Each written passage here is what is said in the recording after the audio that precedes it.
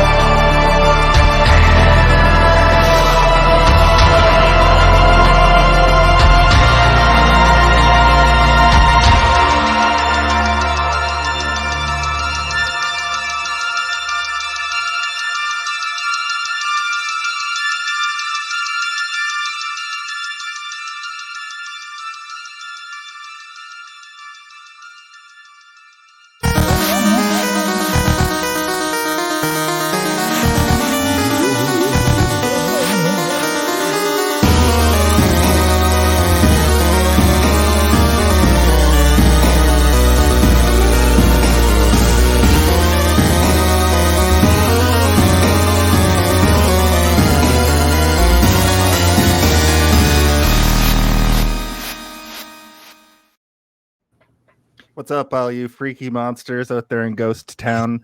Welcome to Hey, Did You See This One? It's Crazy Cryptids Month still, and we had to push our episode to Saturday this week. That's why you're seeing our faces on a Saturday. You're out having cervezas on the back porch. You've got our movie review podcast pulled up. You're watching it.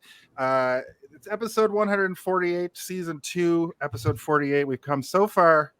I'd like to introduce our guest this week, star of stage and screen, Mr. Mark Little. Mark Little, everybody. Mark Little, it's Mark Little. Look, everybody, it's him. He's here. He's rocking out. He's going to talk about An American Werewolf in London, a spooky, freaky horror comedy about a man. Yeah, that's what John Landis says anyway. Yeah. I'm joined as always by my co-host Steven Wolfman Waters, and I am Jason. And the Hey, Did You See This Wondersons? I didn't change my name from Harry and the Hendersons last week. Whoops. So that's what I'm known as. It still works. We're good. Yeah. Big hairy monster, freaky boy. What am I talking about? Mark, thank you for joining us. Thank you for having me. I'm glad that you could take some time out of your busy schedule to come talk film with us. I know you're a bit of a film guy. Love this stuff. Can't get enough of it. I've known that to be true. So just at the top of the show here, we like to have the guest sort of give a brief synopsis of the film, just to sort of set the stage. All right, let's do it. An American Werewolf in London. Who's the hero of this movie? We don't know. America. A movie made by a man who appears to hate people for an unknown purpose. Two Americans, two fun-loving Americans with very little going on beneath the surface, find their way to Scotland, to an inn on the moors, where they are not greeted warmly, and they're told to stay off the moors, stay on the path. They don't do that. They're killed by a werewolf. One of them's killed. The one that we would hope to follow is died. The less charming of the two survives, and we're forced to follow him. And then for the rest of the movie, people either believe he's a werewolf or don't, and he tries to decide whether to die. And that's the entire movie. It's about a man with survivor's guilt who should die. and then just doesn't until he does. And that's the movie. Or does he? I guess he does. The sequel came out like 20 years later. I'm looking at it now, and it's a different guy, right? Different actor. Just another wolf man. Just a different story and a different European. I don't know why it's such a outlandish concept that a werewolf would be in a UK territory, but here we are. Thank you, Mark. Well, aren't like wolves like extinct in the UK? Am I wrong? Yeah. That? Yeah. There's the thing. There's the thing right there. Yeah, the later movie, An American Werewolf in Paris, feels like they grabbed the title that we should have been using. You know, like that's the good parody title. Yeah. An American Werewolf in London is just kind of like, all right, it's just an idea. It doesn't roll off the tongue as well as Paris. I almost typed out Paris several times while I was like setting everything up, and then I had to keep reminding myself that this first one exists from the early 80s. So there is the first segment that we do on the show here is called A Brief History.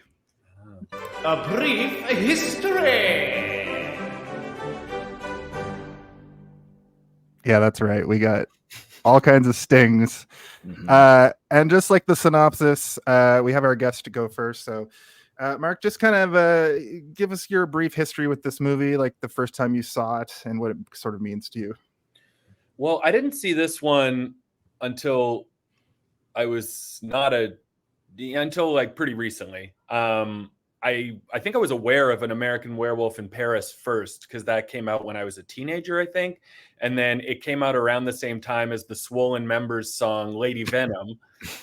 And their music video was a woman kind of turning into a scorpion. And I remember feeling like those two things were linked, but I don't think they were.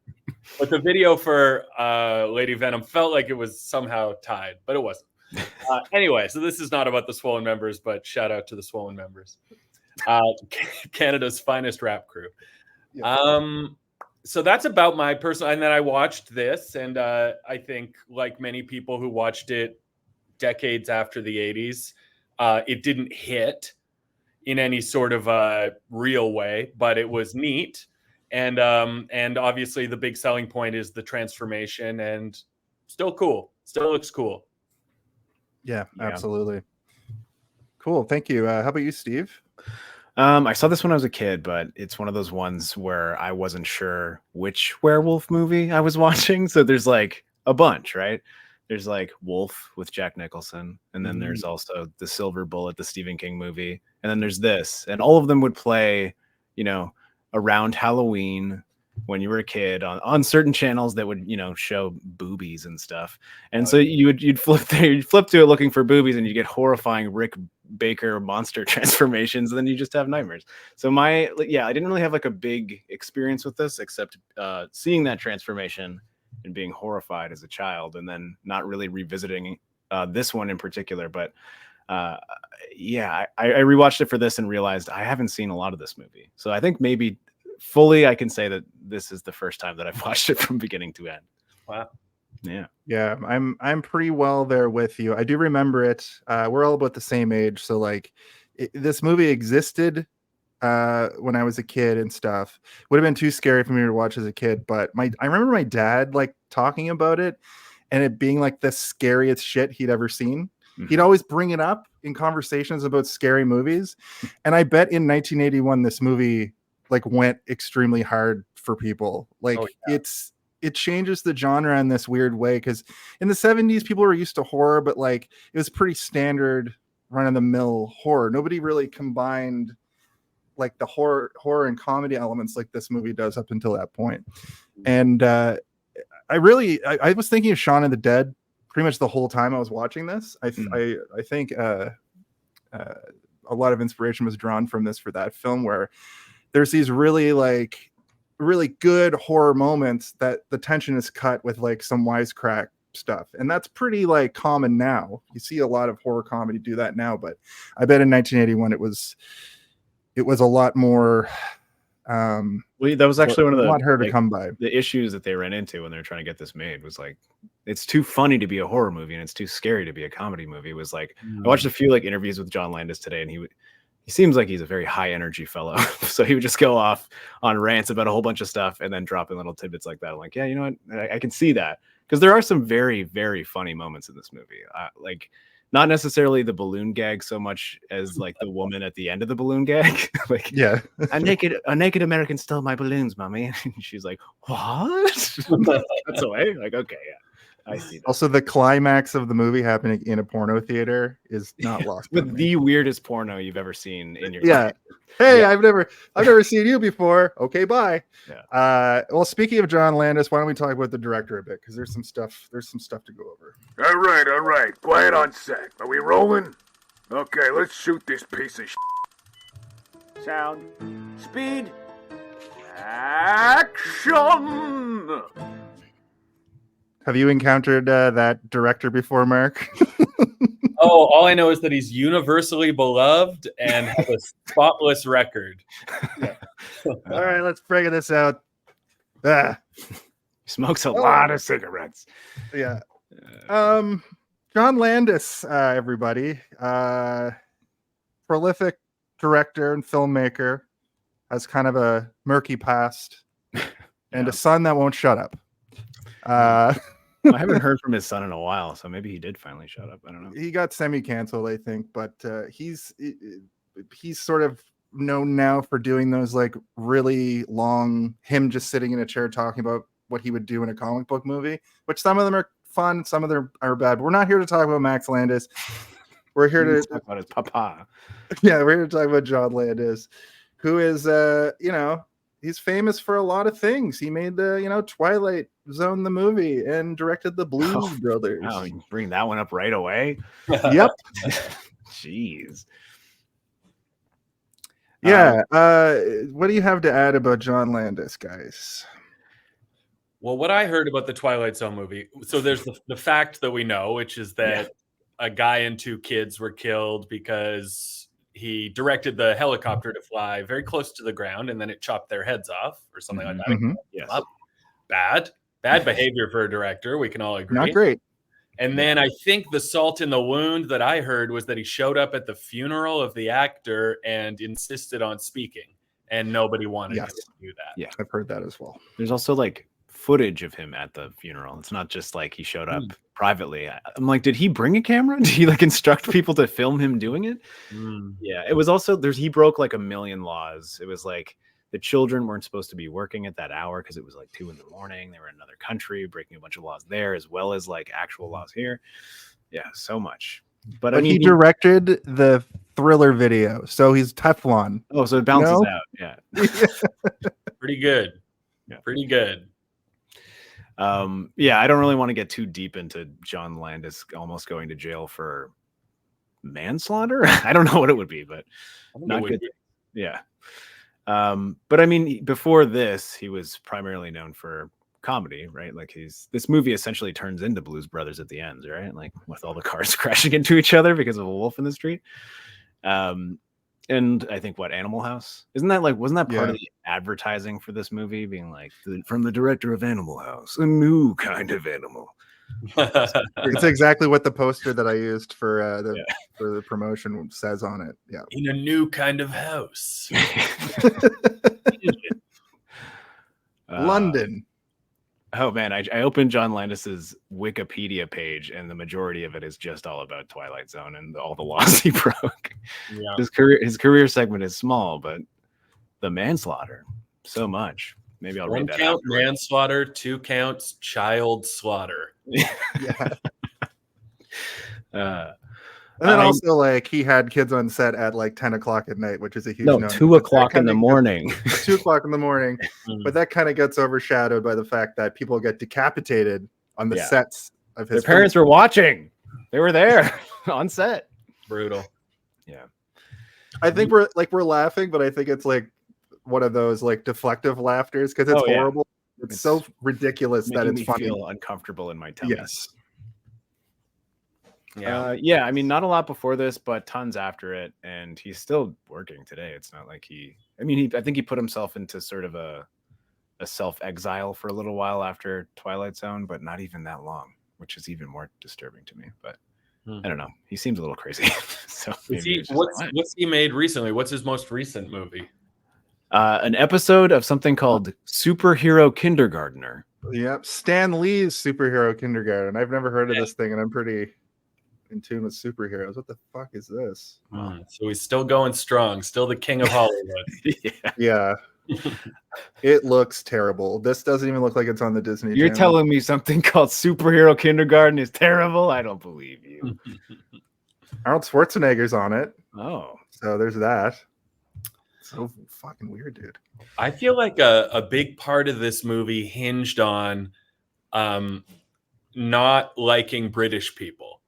And just, like every outside of the love interest and maybe the doctor, every British person in this movie is disgusting and despicable. Yeah. And you're just sort of ready for them to die. Also, he got them to adopt every single accent known to the UK. He's like, we got to have one of everyone. Every single. They're crammed in. Mm-hmm. I don't have much else to talk about Landis about. So if we want to just go into the talk of the movie, I'm good with that. Jason, let's go into the body of the episode. The body of the episode. Ho, ho, ho, ho! Everybody back up, because here comes the body of the episode. A little bit of clarinet there for you on a nice Saturday evening. This is, of course, the portion of the show where we just talk about the movie. It's the podcast. In the podcast, I sort of have the plot points ready to go should we need something to talk about. But just at the top of the movie, Lycanthrope Films, is this a thing that continued on after this, or was John Landis being a little bit tongue-in-cheek?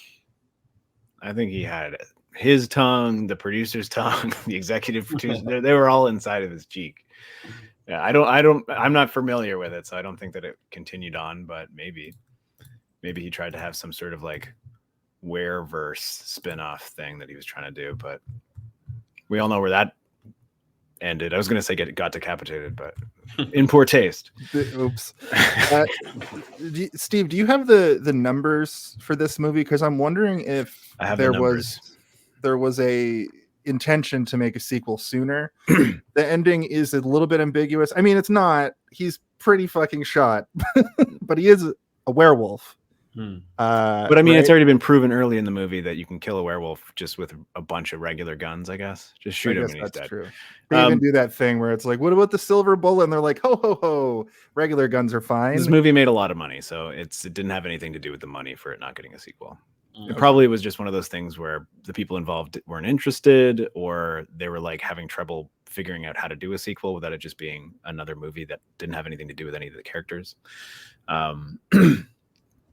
Don't know for sure, but it wasn't a money thing because it made lots. It was a budget of just under $6 million, and it made over $62 million. Holy shit! Yeah, that's sequel numbers. That's sequel money right there. You'll be doing this till you're 90 numbers. They're already talking about a fucking Deadpool and Wolverine 2 because it made $1 billion in like 2 weeks. Whoa! So that's crazy. That's a lot of dollars. That's a lot of dollars for an R-rated film. This didn't do that well, but that $6 million budget making that much money is like, please give us a sequel. But it sort of just allows our boy John Landis to continue to make films and be heralded as a big director, I suppose. Mm-hmm. So we kind of covered the opening sequence. Mark, you mentioned that it's two American backpackers, David Kessler and Jack Goodman. They're traveling through Yorkshire moors in England. They chat about their travel plans and excitement for their European adventure. So these are a couple of backpackers. Yeah, from it's the kind of a fun States. opening, but it's also like Landis just, throwing stuff right on the surface, being like, look, they're with the lambs. They're gonna die. Just so you know, these guys are dead by the end. Yeah, hell yeah. Yeah, which I kind of enjoy that stuff. But they're also both like a couple of Irving the Explainers, just wandering the the mucky landscape, just explaining what they're doing, pointing out what they see, and it's all for our enjoyment. Not even really that funny. And you're just like, okay, these guys talk a lot. Yeah, they're just like wisecracking, but there's no jokes. Exactly. They're just sort of lighthearted, but Yeah. kind of How about this weather, huh? Yeah. You always do talk about the weather. Mhm. Excuse me for making conversation. Hey, you're the one that dragged us out here. Well, excuse me for thinking we needed a little culture. Yeah, that's like verbatim, right? It's honestly the proto. I feel like this is the proto Joss Whedon. This is Right, is the original like lighthearted banter. Plus, everybody has to be genre talking movie. constantly. They have to be talking about what they're doing. They have to be somehow Talking about telling real us- world things. Yeah. Yeah, Mhm. we need to learn Not a super little bit about them. expository. Oh, they're both wisecrackery guys. Okay, got it. Yeah. And then they wander into like the like UK equivalent of like an old Western bar where there's just a bunch of creeps that don't want to talk to them. And then it gets, that's where it starts to get spooky. But they cannot stop themselves from just being a couple of schmucks. Like, ooh, don't you know what a 5-pointed star means? Werewolves. Like, how do they know that? I didn't know that, and I know a lot about werewolves. Yeah, 5-pointed star is kind of just the regular star. Yeah, it wasn't even inverted or anything. No. It didn't have a circle around it, so it wasn't like a pentagram, but they kept calling it a 5-pointed star, which I was like clunky. Well, they call it a Like a weird way- pentangle at one point. Yeah, exactly. Yeah. But it did have 2 half burnt down, really spooky looking candles next to it. So The candles felt like the big thing there, and maybe the fact that the star was drawn in blood, maybe. Like, Yeah, it was dripping blood. And when asked about it, the bartender's like, I don't know, we thought about painting over it, but it's been here for 200 years, so it's history. It's we can't get rid of that. Yeah, but she's doing lying eyes. yeah. I like the way that everyone in the bar lies. They're like, yeah, that's just something you don't need to worry about. All right. Okie dokie. Now everybody finish eating your blood sausage. One of them is painting in the star because it's getting a little faded after 200 years. They're also like so afraid of the potential for werewolves that they've all seen the werewolf, right? And they're trying to keep it a secret, but they're all just talking about it constantly. It's like the town from Hot Fuzz, where they just have a horrible secret, but they don't want to tell anybody who's from the outside. But then they kick him out. They kick them out. Yeah. Well, the one guy kicks them out, I guess, and then all the other guys agree with that one guy. And then the bar tender is like, "We can't kick them out." And then it continuously flash back to them talking about how we shouldn't have kicked him out. Like, we get it. Something bad's gonna happen. Why? And maybe they just don't know actual werewolf lore the way that undead friends do. But what we learned from the friends is that this one American is the last of the werewolf bloodline, and once he's dead, that's the end. But the guys at the bar, do they know that? Because if so, they're free and clear. What are they worried about anymore? Like, the werewolf's not in their town anymore. Just they can tell people. It seems like they think it's like a curse of their town, because like they all seem sort of like, they're quiet about it. They don't want to spread it around. But even when the doctor goes there later on, he's like, I shouldn't be telling you this. And, it was a mistake to kick them out. We shouldn't have done it. So it seems like they think it's their cross to bear, or their secret to hide from outsiders. But then they're willing to just be like, let's go make more werewolves by kicking these guys out into the werewolf fields. True. Yeah, that one voice of reason guy was like, they're not going to follow our instructions to stay on the roads. They're idiot Americans. They're going to walk out there and be turned into werewolves immediately. Yeah. And what happens? They walk directly off the path. I love those shots of the moors. Like, it feels like it's just in somebody's backyard. Like just a 100-meter square of them just like walking across it multiple times. But It looked like they were in Joshua Tree. yeah, Like desert landscape. it's like potentially, right? Mhm. And then they encounter the werewolf and like comedy ensues. like hijinks ensue. Yeah, they do like a classic. They told us to stay on the road. Whoops! Like it pans down to the dirt at their feet. And they're not on the road, and you're like, oh god. Yeah, I guess we blew it. What Yeah. else is new? Okay, could we get to walking now? My thoughts exactly. Slap, slap, slap, Did you write this movie somehow retroactively? Mm. That I didn't even pick up on how basic it is, but when you say it like that, that's like this movie. It's a genre bend where even the brand of comedy is almost like it's supposed to be an Animal House raunchy comedy. The way that he's talking about girls in the start too, he's like, yeah, you know, Susan or whatever her name is, like, I gotta get a number. I'm gonna marry her one day. And the other guy's like, hey, why don't you just bang her and get rid of her?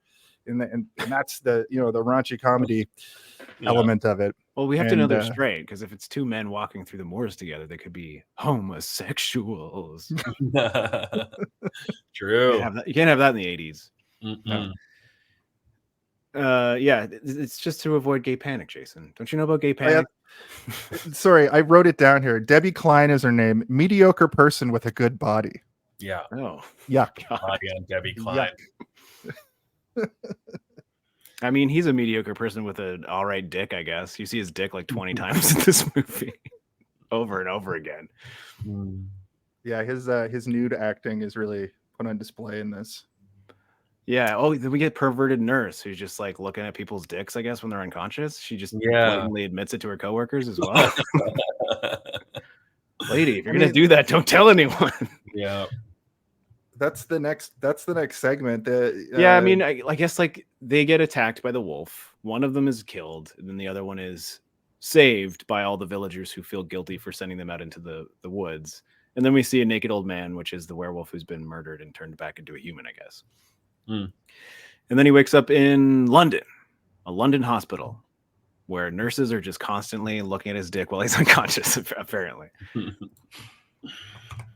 He's the hottest man they've ever seen. Yeah, they're like, American, you say? Let's look at his dick. His teeth are straight. Let's look at his dick. That's straight too. Oh my god. Good lord.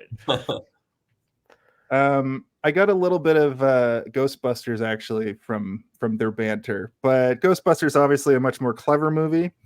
Well, funny you should say that. They tried to get Dan Aykroyd to be the main character in this movie and John Belushi to be the corpse. Really? Yeah, that would have been a way better movie. It probably would have been, but yeah, because the studio was like, we don't understand this, so let's just lean into the comedy of it, and we'll do sort of like a Ghostbusters thing, like Jason, like you're saying. And he was like, no, it's a horror movie. It just has some wisecracking fellas in it. He's gonna have a best friend who's a ghost who's gonna slowly deteriorate and just constantly be ribbing him the whole time. It's weird to think of this as a horror movie. Like, do you think people were scared when it came out? I think that the makeup is really, really unsettling, and it's pretty effective still. And I think that the transformation of the wolf itself is pretty horrifying. And I think it still kind of stands up as a standard in terms of like people look to that to be like, this is kind of what we're going for here. We want to make it as uncomfortable looking as this. And like, I bet you they probably use that in the advertising, being like, you're going to vomit when you watch this movie. It's going to make you far. But in terms of horror, I don't think that, like, other than Jason's dad, I guess, it was the scariest movie I ever saw. My dad's a little bit of a simpleton. He really liked that very first remake Star Wars movie. He liked the Phantom Menace because of the CGI. I liked it because I was in the 6th grade. Yeah, you liked it because you were in the 6th grade, but he was in his 30s, and he was like, that was a great movie. And I was like, yeah, but the original trilogy. And he's like, American Werewolf in London is the scariest movie I've ever seen. And I was like, wasn't even talking about that. It's a conversation I just invented in my head right now. What's strange though is like, I feel like in horror, what you identify with a character, and then the fear you feel is worrying that they're going to get killed. It's like you're following a character or characters that you care about, and then you're hoping that they can get through these threats, and you're feeling that tension. In this one, the guy is the threat. So the only guy you identify with is killing people. There's no sense that he's looking for a cure. It's not like we're feeling this tension of like, will he find the cure before he starts to turn? He's not looking for anything. So he's just going through the motions and then killing people we've met 10 seconds earlier. Yeah. So I can't imagine. I guess just the sheer shock factor of like seeing gore. But beyond that, it was just kind of baffling to me. I was like, I just can't understand what would be scary about this at all. Yeah, and it's not even like he's grappling with anything or he's having some sort of like psychological deterioration that we can be like, oh man, it would be so horrifying to be all of a sudden really wanting to eat that dog. You know, like even if you like ate that dog in a way that was scary, it would probably add a little bit of weight to it. And there's no one hunting him. Nobody believes he's running around telling people he's a werewolf, and they're like, okay, whatever you say, madman. It's rare that I want an 80s movie to be longer, especially when I'm trying to take notes and review it. But I think that this, to really hit home, like what you're both saying, is padded out with a bit of him fighting with wanting to eat people while he's a human. We do get that weird scene during this segment where he's just like running through the woods naked. Yeah, naked, which is like it's a vision. Yeah. He didn't actually in the hospital bed. Yeah. Okay. Oh, I thought it was. I thought he was. I thought it was real. The reason I thought it was real is because it shows him eat a deer or whatever. And he's like, I'm not. He's hungry. going on a naked jog, and then he eats a deer, and then it cuts him back in the bed, and he's like, I'm not hungry, and I'm like, yeah, because he just ate that whole deer. I think the whole deer's inside of him. That's possible. I took it to be those were like the dreams of what's to come, and then he's not hungry because the only thing he wants is raw meat. Right. He's having wolf dreams. Yeah. And then he has like Nazi dreams that are very weird and unsettling. You're like, what is this? Why is he dreaming about this? Just dreams of strange looking fellas shooting people. they're dressed like they're in World War II and they have monster masks on. And they're unarticulated. They look like Halloween masks, right? Like it's not like we did Harry and the Hendersons last week, and Rick Baker also did the special effects makeup in Harry and the Hendersons, and it still is like one of the best practical effects I've ever seen in my life. And then you watch this, and you're like, yeah, that transformation is still one of the greatest monster transformations I've ever seen. But then those weird Nazi wolf men just look like shit. Not so good. Just rubber masks. Rick took the day off. He had his assistant do those ones. Did Rick Baker do special effects for Monster Squad? I don't know. I think he might have. Someone famous did. Monster Squad rocks. I think I have his IMDb page open. He's done so much. It's wild. But even just like the amount of movies that he's been nominated for Academy Awards for his special effects is like more than most people have worked on in their entire career. Monster Squad. I see something from a website called Horror DNA that mentions Monster Squad, but I don't know if it. Rick Baker. You know the best part of podcasts where the hosts stop to start Googling stuff? Well, I mean, only one of us has to do it, Jason. Okay, fair enough. Fair enough. I do like that in the stream sequence, he sees himself as like an old-timey, like black and white Hollywood monsters version of the Wolfman for like a second.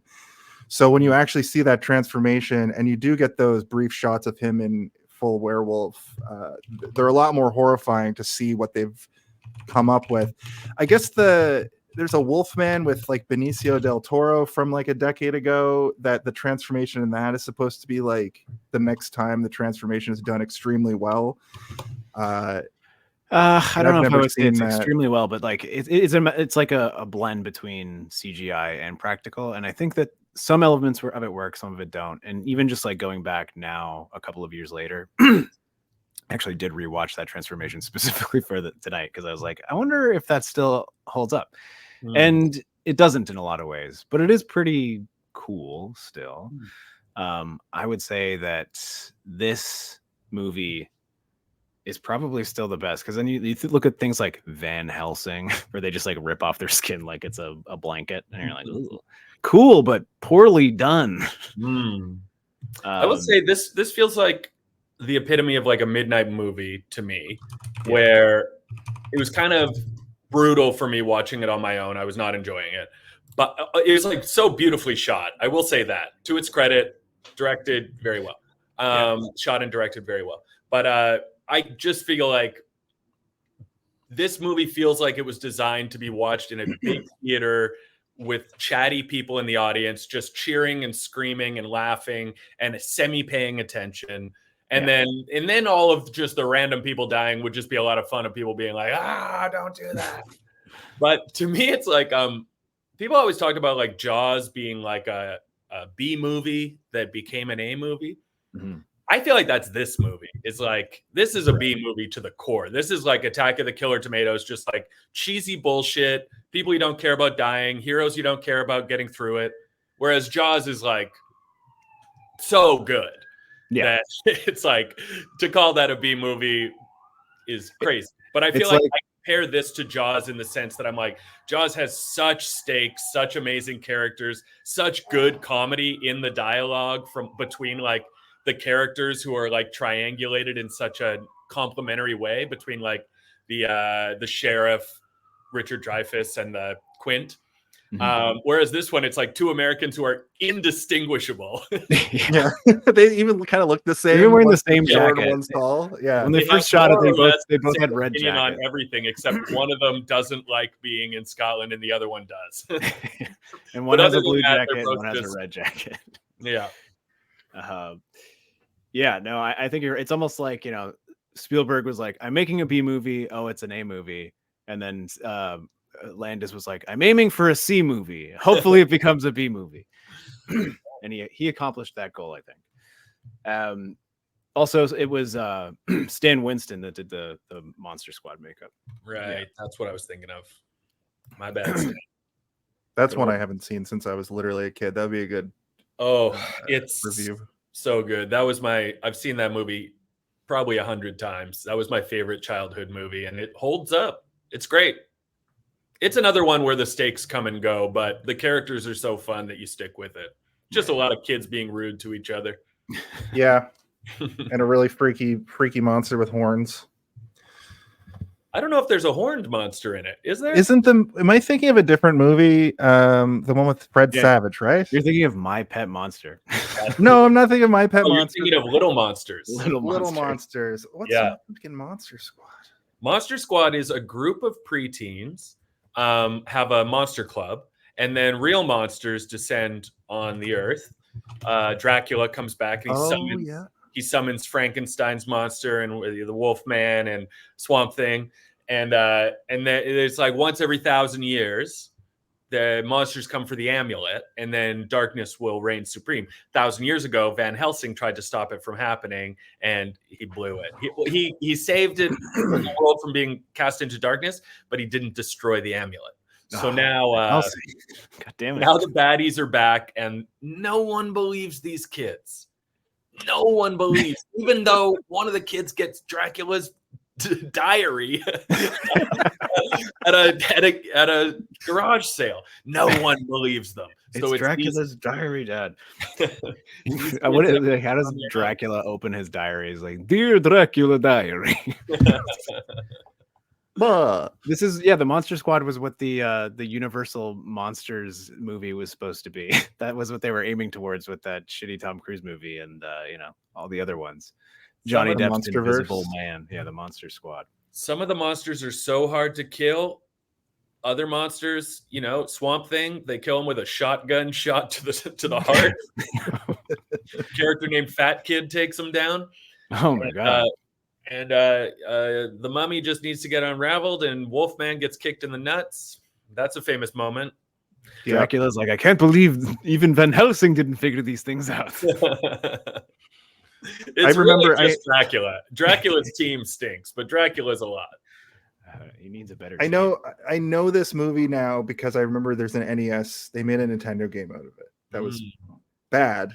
But I remember playing it at some point because when you're a kid and there's like 7 rentals at the rental place because it's a convenience store and you're like, I guess I'm renting Monster Squad again. Yeah, I think it was one of those. We get Jack in ghost form. I really, really love the fact that even though he's a ghost, I guess he's deteriorating. His skin is falling off of his body. He just shows up. He's kind of green here, but by the end of the movie, he's got like full skull showing. He's kind of over the whole thing. I think the idea is supposed to be like he's obviously either hallucinating or this guy is crawling out of his own grave every night to come be like, hey, I need to talk to you for a second. So he's rotting as though he would be rotting in the ground, kind of thing. That's right. But he's in limbo. He's walking the earth as the undead. Those are my favorite parts of the movie, when he shows up a couple times and then when he brings the crew. Yeah, all the other ghosts. They're fun. They're a lot. And now he's like a full puppet, which is really nice too. Like his eyes rolling back in the head. Because I mean, Frank Oz is in this, and I'm like, I wonder if Frank Oz is operating that puppet. Also, when Frank Oz showed up, I said to myself, "Is that Frank Oz?" And then he spoke, and I was like, "Oh yeah, it's." He's like, "Hello." Yeah. I'm like, okay, yeah. And then like the next scene, they're watching Miss Piggy on the Muppets. So good. Frank Oz in his second role in American Werewolf is Miss Piggy. It's also funny that Jack is like, kill yourself. And it's like, well, why don't you just chain yourself up just to see what happens the night of the full moon? Just chain yourself up. If it happens, then we take drastic measures. Jason, but Jack's like, seen movies and TV shows, and none of those existed in 1981. You're right. You're right. I'm using like logic. Somebody who's been exposed to media. You're right. But still, kill yourself? You watched Buffy the Vampire Slayer. You know what to do. I know. I'd be great in a vampire apocalypse. That's a thing, right? I'm sure it is. Yeah. Could be. Sure. The Russians finally launched the vampires. Yeah. America responds with vampires of its own. The world can't handle it. Oh, they can't. The Russians lose control of the vampire army, and they just that's like a Red Dawn, but with vampires. Oh, that'd be good. Vampires storming the shore, and only a group of teen surfers can take them. Gotta be teens, and they have to surf. They have AR-15s. Yeah. Well, we've come up with a new movie here on the show tonight, so don't steal our ideas, the internet. Yeah. Oh, I wanted to bring up the part where the Scotland Yard cops are introduced, like they're going to be part of the movie, but they're just there to do that gag where one of them's bumbling. Yeah, he doesn't know how to put his tie on. His tie's all fucked up, and you're like, "Oh, this guy's clearly he's just playing with shit." Yeah. Spills some bedpans, and then he does that gag where there's that anatomy thing with all the internal organs, and they all fall out. He's trying to put them back. I think they did that again in like the 40-Year-Old Virgin or something, like years later. I'm sure it's in many movies, but I have very specific memories of people touching models and them falling apart and then them fumbling to put them back together with different level of film grains in each mindset. I think that the craziest part about that scene is that somebody calls to talk to the doctor, and then he just says, "Tell them I'm dead." Like, he doesn't say like, "Tell them I went to lunch." He's like, "Tell them I'm deceased. I can no longer talk to them ever again." Yeah. Oh yeah, that doctor. Person. I think my favorite minor character is the American ambassador, I believe is what he is, who shows up in the hospital room. That's Frank Oz. Oh, that was Frank Oz, right? Yeah. And then moments after our main character has found out that his friend is dead, this grinning ambassador tells him, "Good news, we're getting you home, and your parents are going to meet you." And then he doesn't understand why our main character doesn't celebrate this news. Why he might still be in a state of why he might be distraught. It's good scene. No, yeah, I think that, and also like Frank Oz obviously has a very funny voice, and his voice is getting more and more Groverish, like within that sequence. Within, like, he's getting upset that he's upset, and then he leaves, and he's like, "These fucking kids don't appreciate anything you're trying to do for them." And then he runs out like a muppet. And then this is around we get the wildest dream you've ever seen in your life, which is a dream within a dream of the shitty werewolf masks and his entire, I assume this is his family, right? Like there was a point where he calls his family and names all his siblings and stuff, and this is just like a family all being murdered by these monsters. Were you supposed to think that they cut the scene so it looks like, oh, he's just back in America now, he's with his family?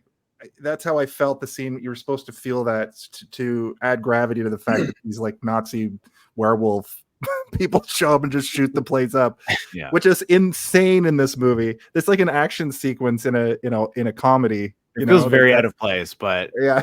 I mean, I've had some bananas dreams in my lifetime, but never this. Never anything like this. I'll tell you that much. And then he has like a second dream after that dream where the nurse gets killed by like the Nazi werewolf comes into his next level of dream, which I'm like, I don't know how many times a dream within a dream had been played out until in this point in like cinema history. But I didn't see it coming. I did not see it coming. So it kind of worked on me. I was like, oh, okay, got it. Yeah. Well, we all got God, I guess. Yeah. David's discharged. Sorry. I said, good job, Landis. Good job, Landis. Mhm. David goes home with Alex, the nurse that's been taking care of him. They are smitten immediately. She's written one-dimensionally. She's just there for, him to perv on, basically. And she's be also sad perving on him, though. That's a good kind point. of like a balanced, perverted thing going on. And it also seems like they're both only attracted to each other because of their accents. To me, they're like, your accent is so sexy. So is yours. And then she gives him her sex resume, which I'm like, I was just gonna. That's what I was gonna say next. He gives.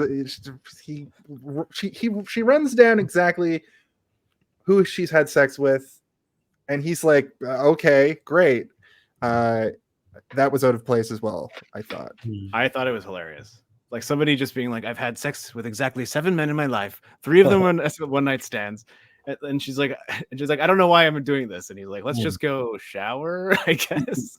Awkward, weird sex scene with what's the song that's playing? It has something to do with the moon, right?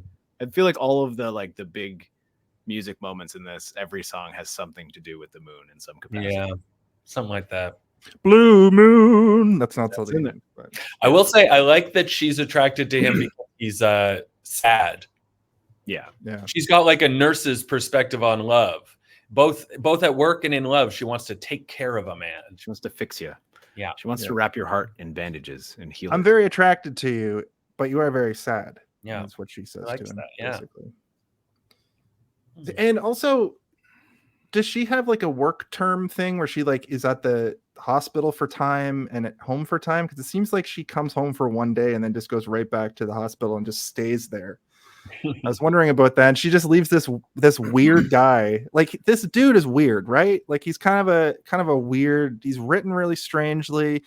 He's always trying to like crack wise, but it kind of falls flat. And then she's just like, sure, stay at my flat in London. What's the worst thing that could go wrong? And then it does. He's a werewolf man. He kind of seems like he's just sort of clueless. He's like a bit of an airhead where he doesn't really say the right thing in right situations, and he's very insular and doesn't really have much of a filter. But yeah, it does seem like most of his dialogue is like, aren't I kooky? I'm a kooky guy. Now I'm gonna do a goofy smile. See? Yeah, he really doesn't let things keep him down. Like even when he wakes up in a wolf pen, he's like, oh boy, all right, this is gonna be hard to explain. You're like, really? You don't feel worried at all? Like genuine worry? You don't feel any of that? The entire like literal roof wolves. of the cave is like broken inward. Like he clearly broke in there. All he's worried about is that he doesn't want those dogs to look at his wiener. He's like, don't look at my wiener, doggies. The song was Moon Dance by Van Morrison, and they have a kind of an awkward sex scene in the shower that goes on for too long. As usual, that was the style of the time, especially in B movies, just these like really too long sex scenes that don't really add anything to the Didn't he also plot. do like Animal House? He's like a meatball man, like Landis was making meatball movies, Mm-hmm. That was part of that was one of the selling points back then. Yeah. Boobies in the 80s, where it's pornography not that easy to get. Yeah. Except in London, apparently you can go to the theater and watch the weirdest porno you've ever seen. Well, I mean, at this time, New York had that too. There was a whole smut row. Yeah. I've seen Taxi Driver. Right. Oh yes, right, of course. But in the film world, I remember specifically trying to rent Meatballs when I was like 14 for the chance that I'd see some boobies. Me and my buddy were like Beavis and Butthead. Like, let's get Meatballs. There might be boobies in it. And the guy was like, how old are you? We're like 15, and he was like, I can't rent this movie to you. It's Meatballs. I went back and watched it like a couple years ago. That's the most Jason, it was illegal for harmless. him to do it. I know. He's fair not enough. allowed to legally. It would make him Listen, a pervert. If he Your did that. laws be damned. I need to see. I'm just picturing Anyway. you begging him, and then it cuts to you back at home, and you're like warming up microwavable meatballs in the microwave. I finally convinced him to sell me these. That's a good sketch. That's funny. I still can't get over that. She just like, come home with me. No, actually, doesn't he say, can I come home with you? And she's like, yes. It's all very strange. She tells him that she's got some space at her place if he needs a place to crash. I But think then that's there. Only she one does bed. not. Yeah. She wanted to bone him, Jason. But I mean, it's kind of a little bit unclear how long he is in the hospital before she invites him home. I think it's a pretty long time because He was there for entire 3 moon phase. Like, Yeah. That's true. Whole moon phase. yeah. And he does kiss her in the hospital, so he makes the first move. Yes. He kisses her but it almost is like he's kissing her because he's relieved that she's not been murdered by a werewolf Nazi or whatever. Because he's like waking up from his nightmare. That's true. She doesn't know that, but we know that. Yeah. Yeah. As spoiler alert, he also tells her later in the movie that he loves her after they've known each other for like days. It's Yeah. been a month. It's been a whole moon month. He was like in a coma for most of that, though. Yeah. Like that feels to me like a producer note that Landis had to take and took begrudgingly. Like there's nothing about this movie that to me feels like he cares about anyone, any of the characters, anyone feeling any hope or joy or love. Like I don't think John Landis believes in love.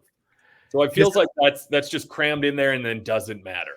Yeah. I think his main concern was I want to get as many dead ghosts as I can in that movie theater at the end as possible to make it as hilarious as I can. That was his main goal. Definitely. Pile up some bodies for comedy. Yeah. Jack shows up again during this. And then David's kind of upfront with Alex about the situation. I like that he then- calls him Meatloaf and then apologizes for calling him Meatloaf later. Yeah, he didn't mean to call him that. I'm sorry, I called you Meatloaf. Yeah, that was a bad move. He knew it wasn't friendly to do. It was I'm me. gonna start calling people meatloaf and then apologizing immediately before they can even really wrap their head around what the insult even means. Well, he calls him Walking Meatloaf, which is even funnier because of the Yeah. Walking Dead. Call someone walking meatloaf, then go on a small murder spree, then apologize. Right. Yeah. I'm Perfect. sorry. I'm sorry I got mad at you for calling me a potential murderer. You were right. It turns out you are right. You were right. I did want to have one small nitpick about after they have sex, he goes to go pee and he pees for 4 seconds. Like the shortest pee I've ever seen in my The life. quickest pee. He's just trying to make sure he doesn't get a UTI. Yeah, Yeah. It sounded like That wasn't pee. He just waited. yeah. Sorry. So It that's sounded like he spilt a thimble of water in the toilet. It was great. The doctor kind of takes a Dr. Loomis sort of characterization in this, where he now is going to figure out if this guy is a werewolf or if he's just insane. So he heads up to the Slaughtered Sheep. Is that what the restaurant was called? Slaughtered Lamb. Slaughtered Lamb, right? Like lambs to slaughter. He heads up there, basically gets the same experience as the Americans did in the beginning, but they're like, oh, this guy's British, so we're going to let him in on a little bit of the lore. So we get a little bit of the lore. They basically explain, they claim they don't know what happened, but then one guy's like, hey, come out here, I'll give you the deets. And then the other guy is like, stop, don't tell him. Stop And giving him then- the deets. Yeah, it doesn't really get the full picture. But they do admit that there's werewolf stuff happening in Yeah, it's also the In guy that who area. forced them to leave, right? Like the Yeah. ringleader or whatever, the dark guy. So I'm assuming he felt guilt because he did feel guilt. he did that. He admitted face, guilt to the camera. He looked at the camera and said, "I feel Yeah. guilty about this." did guilty face. Yeah, And then they talk about the fact that there's a full moon sort of happening soon. Soon. Do you guys know about the thing that John Landis puts in every movie? The title of the porno is actually a thing that's from every movie. See you next Wednesday. You guys know about that? Right. I've definitely No. heard "See You Next Wednesday" a million times in my life, but I did not know it was a John Landis thing that he tosses into stuff. I bring this up because throughout this movie, there's the famous still that you see of Jack standing in front of the porn theater when he's like, "Come on in here." But I noticed this a bunch through the movie. This is the most well promoted porno film probably in the history, because these posters are, go back and watch you probably won't, but if you go back and watch the movie, these posters are fucking everywhere. And I thought that was so funny.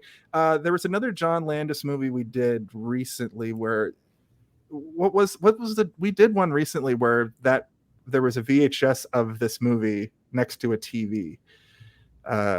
We did another John Landis. Did we do it, or am I thinking of a different actor, a different director that has his own thing that he puts in stuff as well? Was it Anyway. Sam Raimi in the car? Yeah, it was Sam Raimi. Yeah, that might have been what it was. That's not a VHS tape. That's a car. There's a car next to the TV. Yeah, a whole car. Yeah. Yeah. It's a nice he filmed this porno for this movie, right? This is not a real porno. It cannot be. It cannot be a real porno. It's too goofy. Yeah. It's too goofy.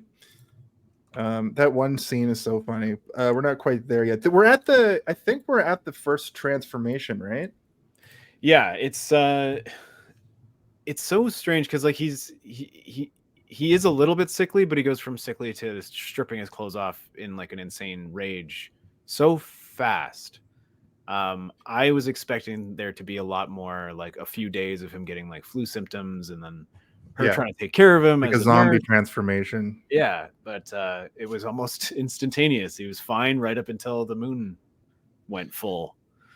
And it was interesting though that there was like an almost interstellar TV moment where he's just watching random shit, and then there's that random like model who's like next up on Expose Hollywood. I just find it funny that she says the only nudes I regret were among the first. Yeah, that was a funny thing. I didn't really understand what the placement of that was meant to be. I was like, what is there some sort of like symbolism going on here? Is this playing into a theme that I'm unaware of? What's happening here? I'm not sure. He's also just super bored, and they use Bad Moon Rising, I think, by CCR, I believe. Well, he's just wandering around the flat. Trying to read to calm his nerves, I guess. Yeah. I also felt the boredom he was feeling. I don't know if it's because I was I don't know if I was just bored, but I was like, John Landis directed the hell out of this scene of him just like fiddling with things. Remember before the internet and phones, when you were like, you know, where you couldn't sit there in like a TikTok 12 hypnotism for 8 hours. I remember being 12 years old and just so bored sometimes during the summer, like summer break. True. That you would just go and like play with your toys you've played with a million times, or try to play that like one Nintendo game you had per year. But this is the 80s, so like there wasn't even, she just had like a TV with probably didn't one even have channel. Nintendo yet. Oh my god. What a world. What a world. What You in had the to read world? a book. Gross. This guy can't read. Let's be real. I mean, the reason that scene's so boring is because it's like there's nothing going on literally in the movie. Yeah. Like there's nothing in the story is happening except we're waiting for the thing that we know is going to happen. It's bananas. It's Which is, bananas. I guess- It makes us wait. And it's like that's the explanation for the like random TV ad. They're like, we need to put something in here. we can't just jump right to the werewolf transformation. The movie will be 45 minutes long. Also, there's a line during this where somebody asks somebody else, have you ever been severely beaten about the face and neck? Yeah. And I've said that for years and years. I guess it's from this. So I'm assuming somehow your dad said it to you if you love this movie so much. it could be. It's generous of be. you to say that somebody says that to someone else, because in reality, it's the nurse saying that to a child. Child. Oh yes, right. I forgot. And the I didn't child take the full not note. threatened by it. He just Not starts threatened by laughing. Not Oh threatened yeah, by because it. his whole thing is that he yells no. Yeah. He says no, and then she says, I thought not. And then it's actually a sweet moment. But there's a second where it's Yeah. somewhat Where she threatens to inappropriate. beat him around the face and neck. Yeah. Kind of a I've wild never been- moment for a nurse. Kind of an out of character moment for a nurse we know very little about. Yeah. We know just enough about her to know that's pretty out of character. She's just walking around the hospital threatening children all day. I mean, those children were acting up. Yeah, I can understand why she would beat them around the face and neck. Yeah. Frustrating job. Yeah. Frustrating job. Listen, I hate kids personally, so good movie for you then. yeah. This we get the transformation. We're there. It begins right about the 1 hour mark. He werewolves is what I wrote. Pretty good effects for the change, especially for the time. I watched a little bit of like an interview with John Landis and Rick Baker about this specifically, and it seemed like John Landis had a lot of input on like what he wanted. I don't know if it was just him bullshitting to the camera or if he actually gave all this direction to Rick Baker, but a lot of what happens on screen was like John Landis being like, I want it to look as painful as possible. I don't want it to just be like, zap, you're a werewolf, or you just get a little bit hairy. You know, I want it to be like your hands are stretching and breaking and turning into a paw, and it would be painful, and you want to be, your spine has to be changing. Yeah. And it seemed like he put in all of the aspects that he wanted. And still like the hair growth and the paw is like, it still looks good. Like there's no denying it. You can tell that it's not a real hand, obviously, but you know, we watched a lot of Freddy Krueger movies on this podcast, and you know, it's leagues ahead of a lot of the special effects we've seen in lots of the slasher films we've done. One of the best like body horror things I think I've ever seen to this point. Mark, I'll give you a little bit of a background on myself with film. I'm more of a TV person, and the pandemic caused me to be like, well, I'm going to be home, I should watch all these movies that everybody's talking about. I was like a MCU and raunchy comedies guy for so long, and going through all these movies, like I'm learning things about horror. They're not as scary. You know, you made a really good point at the start that it's more about the tension of you feeling the horror of the person feeling the horror in the situation that they're in. And I always thought it was gore first. I thought walk around the corner, you know, chainsaw to the face. But there's plenty of those too, Jason. But yeah, that's true. That's true. We haven't got into the schlocky stuff so much yet, but it's so hard to know how this stuff, like how gore would have hit when this came out, because now it's just like gore reads as comedy to me almost all the time. Yeah. Like I feel like if it's fun, it reads as comedy. And then if it's not reading as comedy, it's probably just not working at all for me. There's very little gore in like movies that I can see now that I'm like, oh my God. It still happens to me with fingers and eyes, but like fingers and eyes and like exposed brain, I think still get me a little bit. But I watched Renfield, and the gore in that is like comically over the top with Nick Cage just being like, whoa, as a vampire. And I get what you're saying. And I was in like a mind prison for those big four serial killer movies like Freddy, Jason, Michael Myers, and Chucky, and watching through them, we're up to like the sixth of each iteration now, and it's just hilarious. Yeah, even like Jason is getting funnier and funnier with his kills. Chucky was funny from the outset, but and you know, Freddy Krueger was pretty merciless in the first one, but by the sixth movie is like hey bitch. Yeah, I thought the Rick and Morty parody of Freddy Krueger was like making up the bitch stuff, and then I watched a like Nightmare on Elm Street sequel, probably the one you watched, and him saying bitch in reality in the actual movie is so funny. Yeah, I think it's made funnier by that bit in Rick and Morty, like because it lives in your head now. You're just like, oh, it's like his tagline, and it has become it. It's insane that they thought a monster calling someone bitch would like amplify the horror or the horror of his cat, like of what he sees. Like, I'm gonna gut you like a fish, bitch. It removes any sense of menace. I'm pretty sure there's one where he just like holds up a pizza with a bunch of meatballs on it. He's like, meatballs, bitch. like all the meatballs are all the souls of the kids that he's killed. Yeah, amazing. Which is horrifying to look at. And then he taglines it with bitch, and then you're like, oh, what am I watching?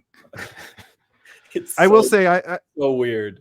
I watched the first three Hellraisers in pretty close succession in the last year, and those have moments that are pretty fucked up, like pretty like gross and weird and do Yeah, evoke I think that some those horror. ones, But Pinhead doesn't come in and be like, "Hey, bitch, I'm gonna show you things you've never imagined, bitch." He gets you on that like existential, like is there a life, is there a death? What are you living right now? Have you experienced pure pain or pure pleasure? I can show you both at the same time, and you're like, oh my god, this man is a pervert. And then he takes all your skin. Like, my skin. The first Hellraiser's a cut above for me. It's like a true actual movie with interesting things to say that rocks. It's so fucking good.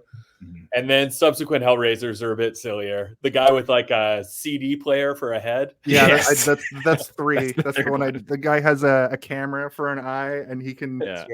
He Even can the third what he's seeing onto a TV. It's still trying to be a little bit philosophical with it, with like Pinhead being trapped in a pillar of salt or whatever, and you've still got a little bit of that from the first one where it's actually doing things, but then it's like Pinhead is just watching a guy like bang a girl, and he's like, you're like, oh god, Pinhead's a bit of a pervert. He's stuck in this pillar just watching them do it. Like, okay. The new one was all right. Anyway, we're not talking about it. Was all right. I agree. I liked it. I agree. What were we talking about? Well, he's turned into a werewolf. Now he's skulking and stalking. What I wanted to say was, on this show in particular, I think the only kind of like body horror thing that compares to it is another Rick Baker effect, which was the Starman effect, when the Starman is like an embryo and transforming into an infant and then into a child, and you're like seeing this truly like horrifying imagery that's not really a horror movie, right? It's like Starman is a man from space and he just has to grow up real quick. But it's Patrick Swayze, right? It's Jeff Bridges. Kurt Russell, Jeff Bridges, whatever. Okay. They're all the Name same. a couple of other handsome men, Jason, for me. But yeah, I mean, I remember we did that a couple of years ago, but I remember at the time being like, this looks horrifying to me. And then watching this again, which I've seen this moment a few times. I edited it into the beginning of this the introduction for us here. But yeah, I think the stuff in Starman is like comparable in terms of horror. And I don't know. I think it might be the skin. Like, is it just the stretchy skin that's getting me? I can't really put my finger on. Is it the uncanniness? Is it the stretchy skin? Is it a combination of the two? The face is messed up and pretty crazy, but when he rolls onto his back and his like body gets long, he's like turning into a dog. Basically, that was like that made me shudder a little bit. This whole movie is like predicated around this like scene, is what it feels like. They had this great idea. They wanted to do the greatest I want to do the greatest transformation ever seen on film. Yeah, that's right. A bad Donald Trump impression in 2024. Who would have thought? Wolf. Wolf man. Kamala wants to make it a wolf they them. Won't stand for it. I know the cadence. I cannot do the voice. Yes, I'm not a lot of people have nailed the cadence. Yeah, not the voice. Not the voice. My favorite thing about the transformation is when he strips naked first. Yeah, he's just like, ripping. I got so it. hot. I think my skin probably. It's too hot in here. I mean, I guess that's what you do when you're hot. You strip all your clothes off immediately. I don't know. I've never been in that situation before, but I've heard it can happen to you when you're suffering from like hypothermia or whatever. Right at the top of Mount Everest, people like strip off their clothes and go nuts. Maybe that's comparable. Yeah. Anybody climbed Mount Everest? I was thinking about in zombie movies but that's because they're literally getting a fever. Because I mean, that's what I was expecting it to be more of, right? Like, but I think they went sort of the Fly route, where it's like he gets the fly powers and then he immediately feels like $1 million, and then he just kind of like starts to turn really quickly. Where he's like, he goes from like handsome Jeff Goldblum to like weird lumpy man within like a day. Like, oh, it's gross. Melting into a fly man. What a movie. Yeah, I love the Fly. Let's talk about the Fly. The Fly is great. Yeah. I'm watching this movie going, man, we're gonna have such a spirited conversation about how this is a great film, but we're unfortunately dismantling it, which I wasn't expecting. Well, I mean, I started that. I'm sorry. yeah, it It's- also no, hasn't really perfect. aged I all love that it. well. So, I mean, but we did Nightbreed a few weeks ago. That has David Cronenberg in it, Oh my god, the worst actor of all time. but it works so well for that movie.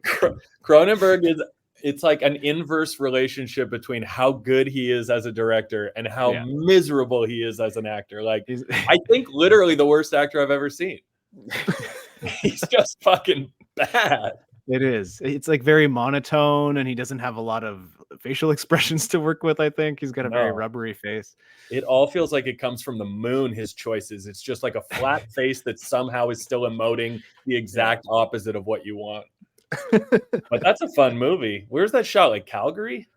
Somewhere. Yeah. I mean, Yeah, it's set in yeah. Calgary too, or is Oh, it? it's set in Calgary, right? It's set in And they Edmonton. go to some- sorry, yeah. But they go to some town that doesn't exist, right? Like Hmm. that little town they go Yeah, to. we with had the our friend graveyard and Cam stuff. on, who's from that area, and he's pretty well versed with Nightbreed, and like he's like, there are people in Edmonton who have like tried to map out exactly where whatever the fuck the town's called, under hell or whatever. I can't remember what it's called. Anyway, yeah, it's it was interesting to listen to, because it's like people have figured out exactly where that sort of graveyard, monolithic, like Babylonian sort of style graveyard town is. And like there's like now kind of like a map of the stars. Like, let's go look for Moonhead and Tentacle Face. Thanks, World Mind. I forgot to put the background up. Whoops. Whoopsies. Saturday episodes. But yeah, Yeah, so transformation, he does- good. He does some kills here. He kills a drunk couple, and We're somebody gonna walks go to try the and window. prank And, their friends by, I don't know, like banging on the window or something really lame. Going But in then, like, through the back. a woman's Get listening through out the window and hears Oh. the kill and said, "There's hooligans in the park again," Mm. which I thought was. And funny. then the man with the brandy or whatever he's drinking, the most killable man in the entire movie. Just something about his entire vibe. You can't wait for him to die. You're like, I wish I could kill him. Just a long sigh. This screams in the backyard, and he comes out sighing like, whatever's up here, it's not welcome. hooligans in the Wanders park. And they totally do, like, he steps in something and it's supposed to be a stepped in shit joke for sure. Werewolf They shit. pan, That's they why there's pan so down many. to a severed hand, and then we get a jump scare of the phone ringing, which I thought was an interesting transition. They do that again later, where when he wakes up, there's a jump scare of a lion roaring, and then just a bunch of shots of a zoo, just a bunch of shots around a zoo. Well, that's him and then like he's- hearing the lion in the lion pen in the zoo or whatever. Don't forget that there's one extra shot after he steps on the severed arm where it cuts back to his face completely unchanged. Yeah. Has not registered fear, surprise, nothing. Just regular face. Well, he's drunk on brandy or whatever. Yeah, he goes, oh no. Well, the neighborhood truly is going to pot.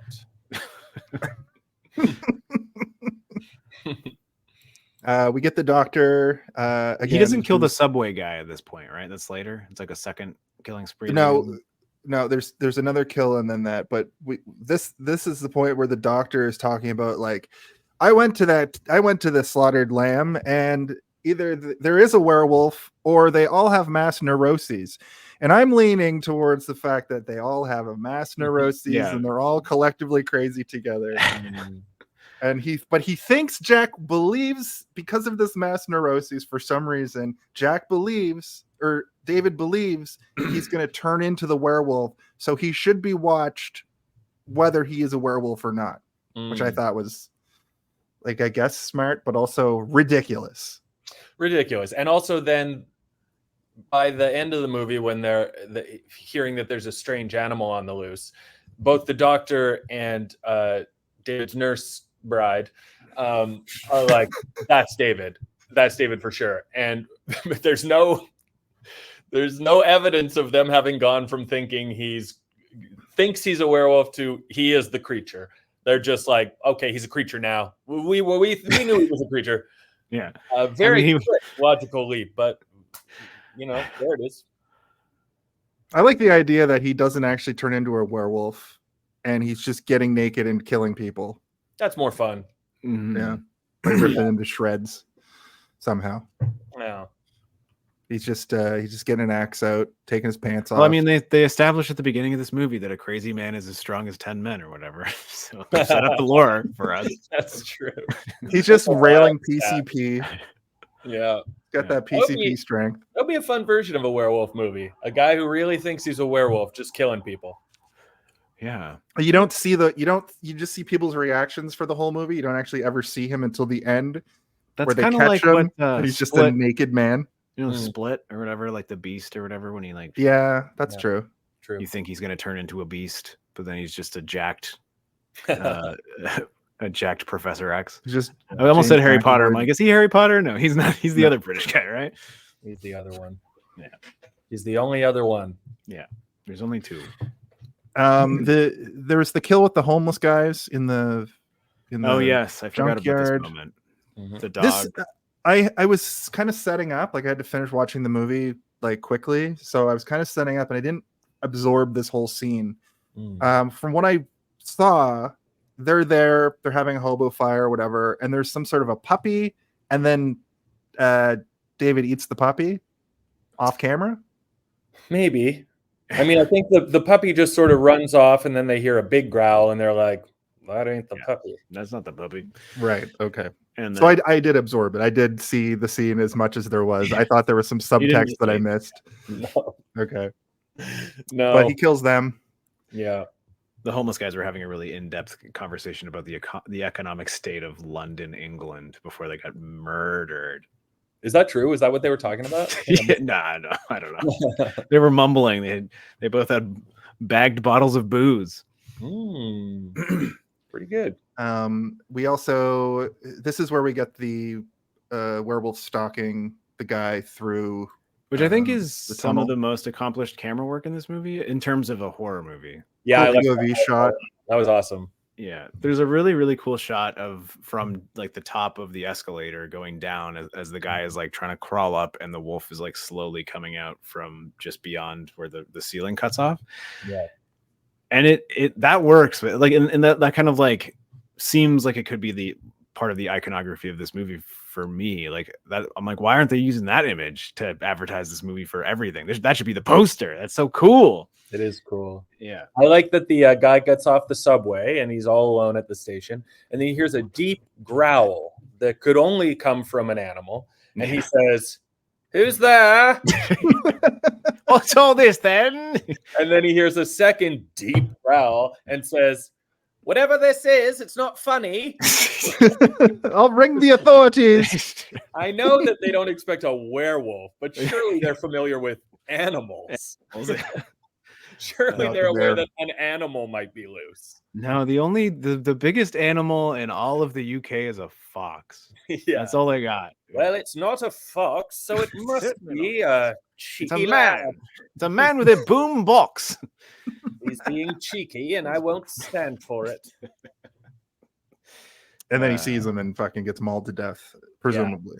And we do like him getting mauled. I think he gives us just enough negative attitude that we're happy he dies. Yeah, he's also one of the funnier of the ghosts later on. Like That's true. his sort of like dry attitude towards the situation had me chuckling a little bit. Where I'm like, I like this ghost. This ghost is making me feel good. Yeah, I liked the married couple ghosts who are still smiling. Yeah, they're still happy, They were good. and they're giving him all sorts of helpful ways to kill himself. Yeah. You can True. hang yourself. You can take sleeping pills. Drowning. Cut away. Yeah. Blow line to the scene. Drowning. Cut to the street. This tunnel, the London Tube is also plastered with the "See you next Wednesday." Once again, I think that this porno theater is like the Deadpool and Wolverine. This Yeah, fall this or is an wherever this takes alternate place. reality London, England, where the biggest movie of all time is See You Next Wednesday, and werewolves run the streets. Yeah. Good stuff. I'm gonna let that one marinate for a second because that's so fucking weird to me that I've never seen a porn. Like we live in a universe where Where porn exists. there have been porn I'm sure. theaters in our lifetime, right? Here in Toronto, there was a porn theater on Bloor Street that only shut down, and now it's a rock climbing gym. And I always think about the people in there that are climbing rocks. Like, do you know what happened here? You know what happened here? Yeah. But you don't. I've never in my whole entire life. I'm pushing 40. I've never seen a poster. There's sexy movies have existed, obviously, but not like Debbie Does Dallas. Did they poster Debbie Does Dallas around? Because I know that's one of a famous movie that is a porno, but it was presented in a way that it was able to. It's a movie that has an actual sort of like budgeted storyline. But I mean, like Caligula is also another one that's like super porno, but is also well known and sort of like semi-respected in terms of like film history. But like, no, the answer is no, Jason. Porno, sex sells itself, buddy. You don't need to advertise porno. People are gonna find it. I wasn't expecting. I was not. You could have asked me what I thought that the end of this movie would be, and I would be wrong every single time because I've never seen a movie end in a porno theater. Well, actually, it ends in the alley outside the porno. Yeah. That's true. That's how Batman begins. It's my favorite kill. My favorite kill of the movie is a guy running from the werewolf and then getting hit by a car. The best. That one made me laugh. That was my only laugh out loud. I believe that was John Landis. I think he did that stunt himself. That's fun. Yeah. He used to be a stuntman before he was a writer and director. Cool. He thought it would be a good idea to fly a helicopter super low around children. Yeah. Oh, there's a shot of him being interviewed for this movie about the stunts and him doing the stunt. And then him being like, you always want to make sure you're never putting anybody in any kind of situation that it's going to get them hurt. And I'm like, "Oi, gee whiz." That hasn't aged well. Landis. Yeah. Uh-oh. Is this before was that movie the Twilight Zone movie that happened on? Or is it a different thing that never got released? What movie was that? It was Twilight Zone. Yeah. It was Twilight Zone. So is that movie after this? Yes. I think so. Several years, yeah. Okay. Like 85, 86 probably. I think it was 83, but I'm not 100% sure. Let's double check. I honestly, so the first time he turns into a werewolf, I thought that the whole third act was going to be him as a werewolf once and just what happens from the moment he becomes a werewolf to the end of the movie where he gets stopped. But he actually comes back, and then we have all the stuff with him getting back together with Alex. He feels like $1 million. He's like horny. He keeps trying to horny, He keeps trying his tummy's full of limey meat. He's happy, he's horny. But then he starts to hear the news from all the people around him. Everybody's talking about it. It's the murder. This is also a very funny scene to me. It's just everybody around him is just talking about the murders and him realizing like, oh yeah, that was definitely me who did that. The cab driver being like, they got mutilated. About this? 6 of them mutilated by some animal. And he's like, oh god, that was probably me. And then this is when he runs up to the police officer and tries to get them to arrest him, but the police just think he's playing a prank, I guess. But I think it's very funny that he's like, how do I escalate this without violence? I'll just start bad mouthing the Queen. The Queen's a man. Winston Churchill. Yeah. What a funny thing. It calls the Prince an F slur or something too. Yeah, but he sure does. Yeah. Yeah. That's what happens, John Landis. When you put that in your movie, you're cursed with a gay son. Whoopsies. Yeah. He does. He says like a bunch of trashy stuff, trying to get the cops to arrest him, and then he starts even going to like bystanders, being like, "Don't you think he should arrest me for that?" And they're like, "I don't fucking know. What is happening?" Yeah, you seem like you might be just playing a really elaborate prank right now. Yeah. This doesn't feel like our domain. Also, just hit the cop. You want to be arrested that much? Exactly. Punch him, yeah. Just punch him. I thought he was going to punch the cop. Yeah, slap him once. Take his baton. Take his hat. I've sworn I'm out of ideas. What do I do? I called the Queen a man. What else can I do to get arrested? A crime? Some kind of crime. Yeah. Ridiculous. Pick someone's pocket? Commit some assault? I don't know. I couldn't do that. I'm not No, a I bad can guy. I'm just like I kill or I swear, and that's Yeah. all I can do. I'm a He could have monster. literally been like, the reports of the naked man in the zoo earlier today. Also me. Yeah. Mhm. The guy who Easier to exposed himself to a corroborate. child and then stole his Yeah. balloons. Yeah. That The guy. the That's me. infamous balloon thief. That's me. Yeah. I offered him £1. He said no. I offered him £2. He was intrigued, which I thought was like, what? Yeah. And then he Kid's like steals $2 is it? $2. Stole That's the it for balloons me. and the kid didn't mind. No, he thought Yeah. it was hilarious. He's like, He thought it naked was man. This guy's naked. Mhm. His mom seemed concerned though. What? A naked American. Yeah. So he doesn't go to jail. He goes to a porno theater because his old As you pal do. Zombie Jack. We remember that he's horny. Yeah, The thing is like, so it's never really made fully clear if this is all in his mind or if he's imagining just like everybody that he's killed coming back to haunt him. Mhm. But either way, it's cool. But it would make sense that he would go to a porno theater if he was horny. So maybe it is just his mind. It's subconsciously. He's like, I'll go to the porno theater and talk to Jock. He'll tell me what to do. Yeah. Skeleton Jack. old Skeleton Skelly Jack. Yeah, he does that. He's encountered with Jack, who's now almost fully decomposed. And like you were saying, Steve, he's got a fully like animatronic mask on. Maybe not. I think it's a animatronic, he's puppet. the- Yeah, I think it's like a Yoda style puppet where like the eyes have articulation and stuff. But I think it's just somebody kind of like operating it like a regular puppet. And like we talked about earlier, he's encountered with the ghosts of the people he killed the night before, who are just kind of bloody. They're just kind of blooded up. They got gashes and stuff, but yeah, it's not as elaborate as Jack's makeup earlier or progressionally throughout the movie. But there's still some gore going on. Some of them just have blood coming down over their faces, and some of them got some scratches and stuff. But this is where I think like Rick Baker had a little bit more leeway because he's got a lot of shadows to hide stuff in, right? Like that transformation scene. Another reason it's so impressive is that it's like flat and gray and like lit very like brightly, where you can't really hide a lot. He's not covering things in goo and goop and gore and just having deep shadows to make it look good. It's all just right there. But this sequence, yeah, it is kind of like unsettling because they're so wet looking because of the blood. You guys know that blood is wet, right? Yeah. Okay, good. Plasma-y and gooey and goopy and gluey. Yeah. The ghost disappears and he fully starts to transform again. It's sped up. We don't see the full transformation, but he's like, I'm getting hot. And he pulls his shirt off, and then people start running out of the theater.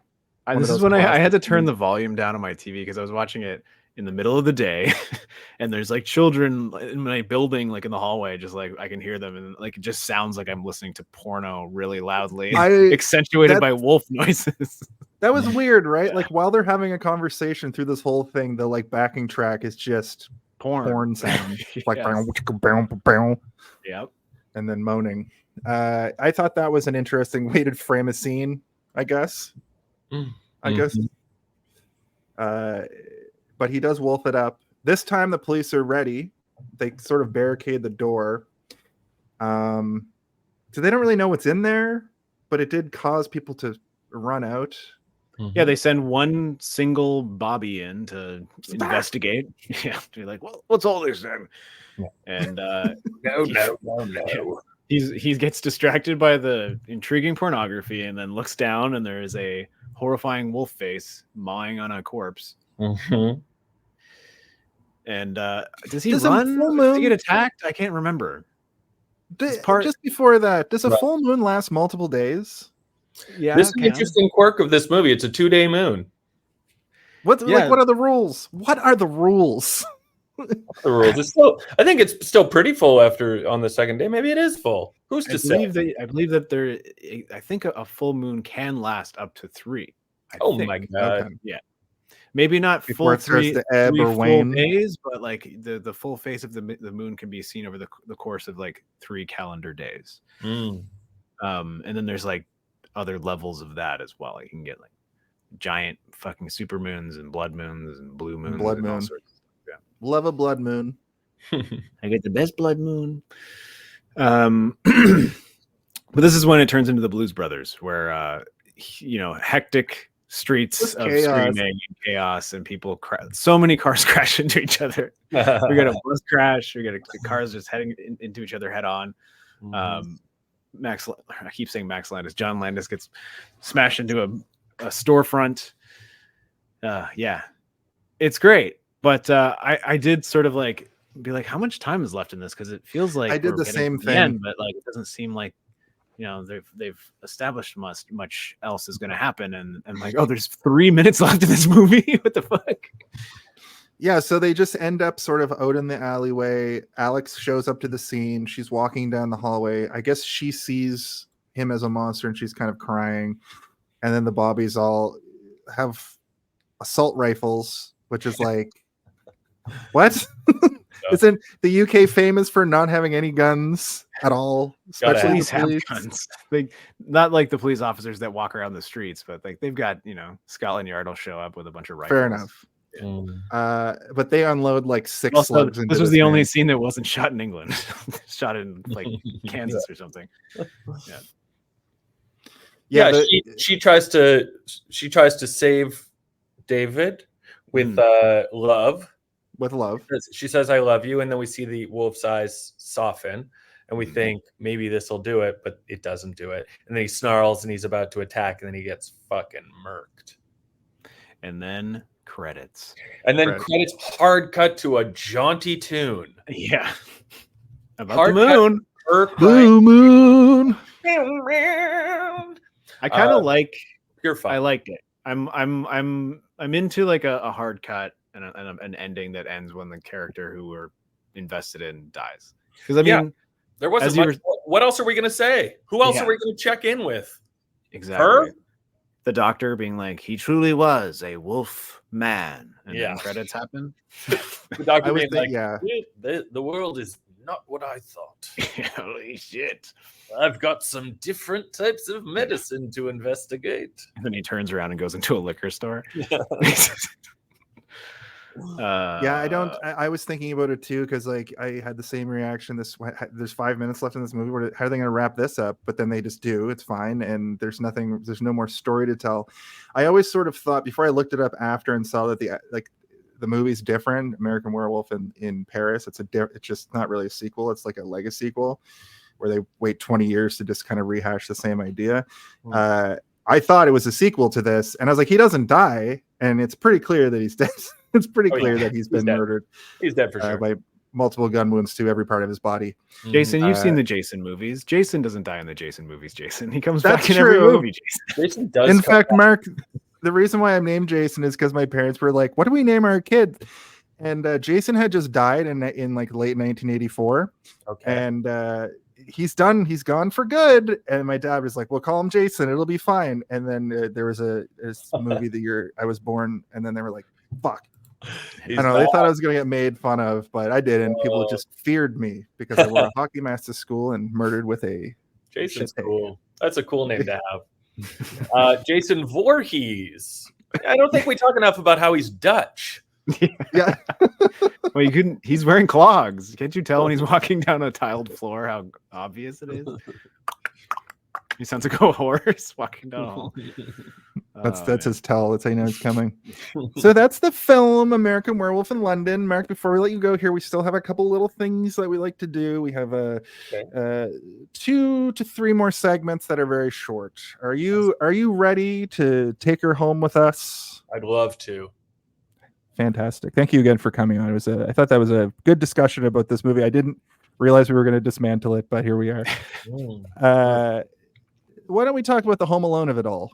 All right. If you had to pick one, what do you think the Home Alone of it all? the Home Alone of it all? Can someone please tell me when the Home Alone of I it all really gotta know. When is the Home Alone of it all? What is the Home Alone of it all? Now that's the Home Alone of it all. Absolutely psychotic intro. That's why my mind sounds like that all the time. It would also be funny, like Mark doesn't know what this segment is. I just give you no context, and it's like, go. There you go. I will give you context, though. The concept of the Home Alone of it all is that sort of an idea that I came up with that is like, when you go to see the movie Home Alone, you're sort of there to see the part where he slaps down the blueprint and then sets up a host of horrors for Merv and Harry, right? I've posited that can be transferred to other films. A lot of movies sort of have that draw. We've also posited that maybe it's just the third act a lot of the time, and sometimes it's basically the trailer moments. But since you're new and it's kind of a hard concept for people their first time, I'll tell you mine. My Home Alone of it all for this film is basically like the transformation, but basically the two segments where he becomes the werewolf. I'm there to see like the werewolf stuff. With that said, Mark, how about you? Oh, 100%. Yeah. I think we're talking about in the Save the Cat screenwriting book, we might be talking about the fun and games segment, which usually comes at the beginning of the second act. And in American Werewolf in London, it comes an hour into the movie. The only thing we're here to see happens so late and doesn't matter at all. But that's definitely it. It's the werewolf stuff. It's the transformation and it's the kills. Right. Yeah, I saw somebody talking about King Kong, and they were like, you don't even see Kong for like 90 minutes. Sometimes it works, sometimes it doesn't. Maybe That's Landis true. That was is a taking Peter Jackson movie. a Ridley Scott approach, where it's like you don't see the alien until fucking 45 minutes into the movie. Yeah. If you can make movie. characters as good as the characters in Alien, you're allowed to. Yeah. I think he's got it down. He knows what he's doing. Landis is like boob jokes for half an hour. Literally. Honk honk, and then he stretches. I don't think there is any other option for this movie, because there is so much going on in the movie that is uninteresting, and like it's a lot of like, you know, ribbing and like, did you see that? That was goofy, that was funny, but like I'm not there for any of that. I'm not there for a funny naked balloon gag. I'm there for a hand stretching in a grotesque manner to make me go, ooh, his bones. So yeah, most definitely the transformation for me as well. Yeah, pretty unanimous. This is one of the first times that all three of us have agreed on the Home Alone of it all. Great. So before we go to our final thoughts and our plugs, we have a little game that we like to play called the MPAA rating game. It's time to play Guess the MPAA. Hello, everybody. My name is Jonathan Porno, and welcome to the greatest MPAA rating segment in the history of game shows. To give you our rules now, I'm going to turn it over to my co-host, Stephen Porno Wolfman, who's going to tell you all about the rules of the MPAA rating game. I didn't agree to this name change. Basically the rules are there is a certificate number given to every movie that's rated in the MPAA. The MPAA rating, of course, being rated R, rated PG-13, rated PG. The certificate number is typically 5 numbers long. Is that still the case for this movie, Jason? That's correct. Yes. All right. So we're only going to guess the last 3 numbers. So we basically just have to guess a number between 000 and 999. And what does 999 represent? X? Rated X? Rated X. Now, it's talking about the fact that it is related to rated R, etc. It means nothing. This is basically guess a number between 0 and 999. I'm going to tell you what the first 2 numbers are. They are 26, and all you need to do is guess a 3-digit number. Mark, you're up first. 269. It is higher than that. Steve. 800. Lower, Mark. Oh, I see. 505. Lower. You threw me off by saying the first 2 digits. 390. No. Lower. It's 390. Higher. Mark, your final guess. 400. No, Steve, your final guess. It is higher than 400. 499. No. No. Look, We got it once. got it once. That's that game. It's a lot. It's funny to me that we do that. What does it mean? Nothing. It's just the I'll number. give it- It's just the number in which the MPAA certificate was given. So it's like 50 out of 50,000 movies. It's 5,000, whatever. I'll Yeah. give you the context though is that we had an old co-host who just said it. He just said the MPAA rate. We always plan on doing the first movie. MPAA, everyone. The MPAA. Wow. Also, I really like that sting. So we turned it into a stupid game and it's dumb, and some of the people that watch our show like it. I love With it. that said, it's time for our final thoughts. It's time for our final thoughts.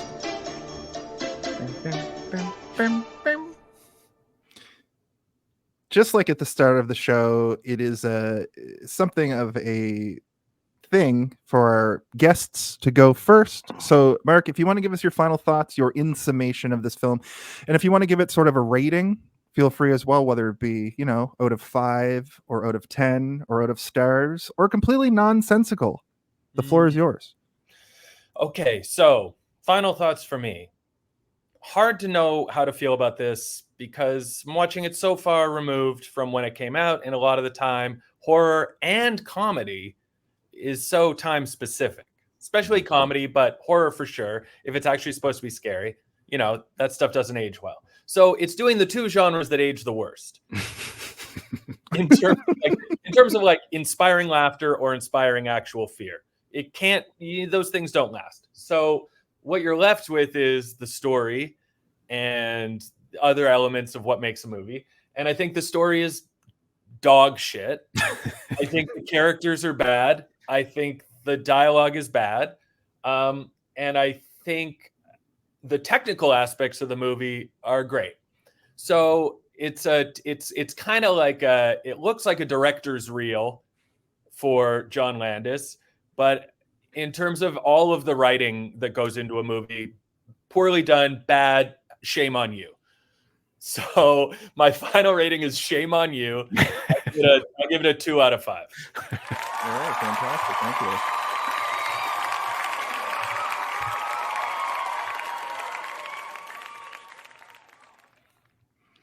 All right, Steve, your final thoughts for the film An American Werewolf in not Paris, but London instead. I mean, it's difficult to not agree with everything you just said. I think that if you're going to watch it for anything, it would be good as a piece of film history in terms of the evolution of really innovative special effects. And, like we see Rick Baker's work in this, and we can see how it informed some of his work going forward, especially things like Harry and the Hendersons, which we did last week, which has some of the craziest stuff I've ever seen in it. For a movie that's like whatever movie, it's like, how'd they make that man look so like a Bigfoot man? How'd they do that? And then, in terms of like stuff like Starman and just like everything that he's done in his career, you can see sort of like seeds of it in this and how it evolved him as a creative, because he had to do a lot of stuff that he'd never done before. So if anything, there's value there. And so you could probably just watch all those parts on YouTube, but it's not a bad time. Like it wasn't a painful watch to get through. So I wouldn't not recommend it as well. Don't listen. Oh, I'm sorry. Go on, Steven. I'm sorry. It's okay. I was going to give it my rating, which is it's nothing more or less than a pile of walking meatloaf. It's walking meatloaf. That's what it is, guys. I think I would have given it a much higher rating, I should say, if I watched it in a theater full of people. A porno theater full of people? A porno theater full of people. Okay. I think you're right. I think that this would probably be an enjoyable viewing if people were chatting and hooting and hollering throughout as well. Yeah, 100%. We can probably find a theater in Toronto to screen it for us, guys. We just have to fill that theater. I'd be down. You got to play the clapper. I can't got to clap for myself. Yeah, I know. Good job, Steve. Good job, did it. me. Yeah.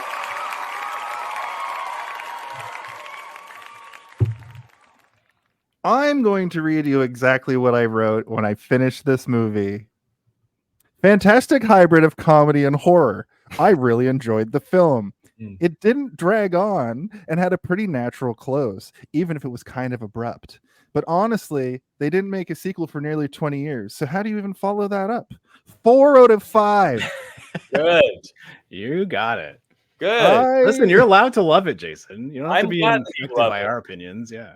There should be a nice balance here. I don't want us to all be stinking up the movie. I'm the Paula Abdul of this panel. Okay. Apparently, I will say that like we do cover some movies that are like good in theory and they're good to talk about, but the actual watching the movie part of it, it takes me so much to just focus and get through it, especially when the movies are older and haven't aged well. I watched a 1080p remaster of this, so it looked really nice. It didn't, it didn't poke me in the eyes with its like horrible film grain that doesn't always translate well to like digital copy. So I did enjoy watching it. It was a good movie when I was watching it, which I think is important for a movie that you're watching. I thought it was a lot of fun. I thought it was a lot of fun to dismantle it with you guys, though, because you guys definitely helped me find the flaws. I walked out of this thing going, wow, amazing. You've done it again, John Landis. Yeah. I give this movie a full werewolf transformation. What? I think this movie to me is oh my god. Is the bell toll for me? The Undertaker should have asked. I think this movie is absolutely a litmus test simply of what do you want from a movie? Yeah. That's why I feel weird giving it even a 2.5, because I'm like, the script and some people want a story, some people truly want the fun of special effects. This movie, there's certain things. I bet this is a lot of people's favorite movie just because it gives exactly what they want from a movie. For sure. It seems like a film school dickhead's favorite movie. It sems like in that category. I knew a couple of film school dickheads who love this movie, so you're right, Jason. With that, listen, Frank Oz is in it. Masterpiece. Frank Oz rules. Yeah. He's in it. He's great. He does. He's like, hi ho, Kermit the Frog here. He doesn't do Kermit. Grover. I'm Grover. There you go. Yeah, that's pretty good. Yeah, thank you. Mark, what you got cooking? It's time for our plugs. Do we have a plug thing? We don't have a plug thing. We just do our plug. I'll make one. Here's our plug.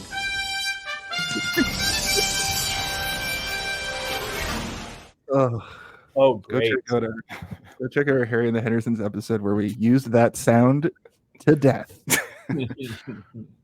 Mark, what do you got brewing? What's cooking on the old back burner and the front burner? Well, let me tell you, all my exploits are published on my award-winning Instagram page, instagram.com/marklittle_good. marklittle_good. But other than that, who knows? I'm writing. I was just in an episode of Ghosts. Ooh, spooky. And I'm doing lots of stand-up in New York. So if you're in New York, come see my stand-up. Awesome. Fantastic. I thank you again for taking some time out to come on the show. You're welcome back. Literally anytime you'd like. I thought we had a pretty good conversation about a film. It was better than Blossom Buddies. Steve, what do you got cooking up?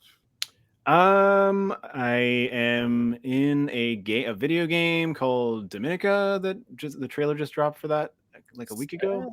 Yeah, it's gonna be cool. Other than that, Darth Theorist, as always, check it out.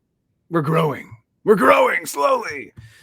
Yeah, nothing else in my pocket. Cool to pull out. It's left to me to promote this show. You can find Hey Did You See This One, the name of this show, and maybe an important question we ask each and every week. You can find us on pretty much everywhere. Like literally, I've smeared this thing everywhere you get your podcasts. We're on YouTube and Twitch, Spotify, Apple. Usually we go live Thursday nights on Twitch primarily. That's our primary home. Thursday nights at 8 p.m. Eastern. I'm also a pro wrestling announcer here in Toronto for Super Kicked Pro Wrestling. We have a show next Thursday, next Friday, the 23rd. So I'll be doing that. That's very fun. I think that's everything, though. You can find me in the club and the place to be. Okay.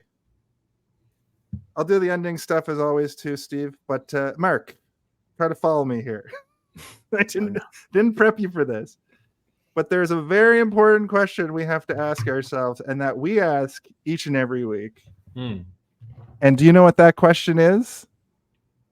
Hey, did you see this one?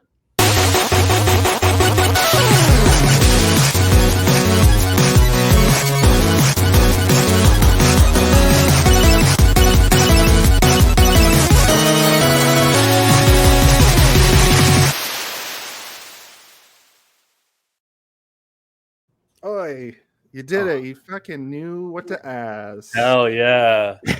I've got to run to a show, guys, but thanks so much for having me. Thank you. It was nice meeting Thank you. You too, yeah. We'll talk soon. Yeah. Beam up some Star Trek content with Live Long and Podcast. Tune in to X-Rated, the X-Men animated review show. Artistic interviews with graphic histories. A roundtable movie discussion with Hey, Did You See This One? And movie reviews with Hold Up, a movie podcast. And while you're at it, spin a few records with Eamon on Track. Watch us duke it out on trivial debates. And let's chat about TV with the Super Mater Brothers. It's all here on the United Federation of Podcasts.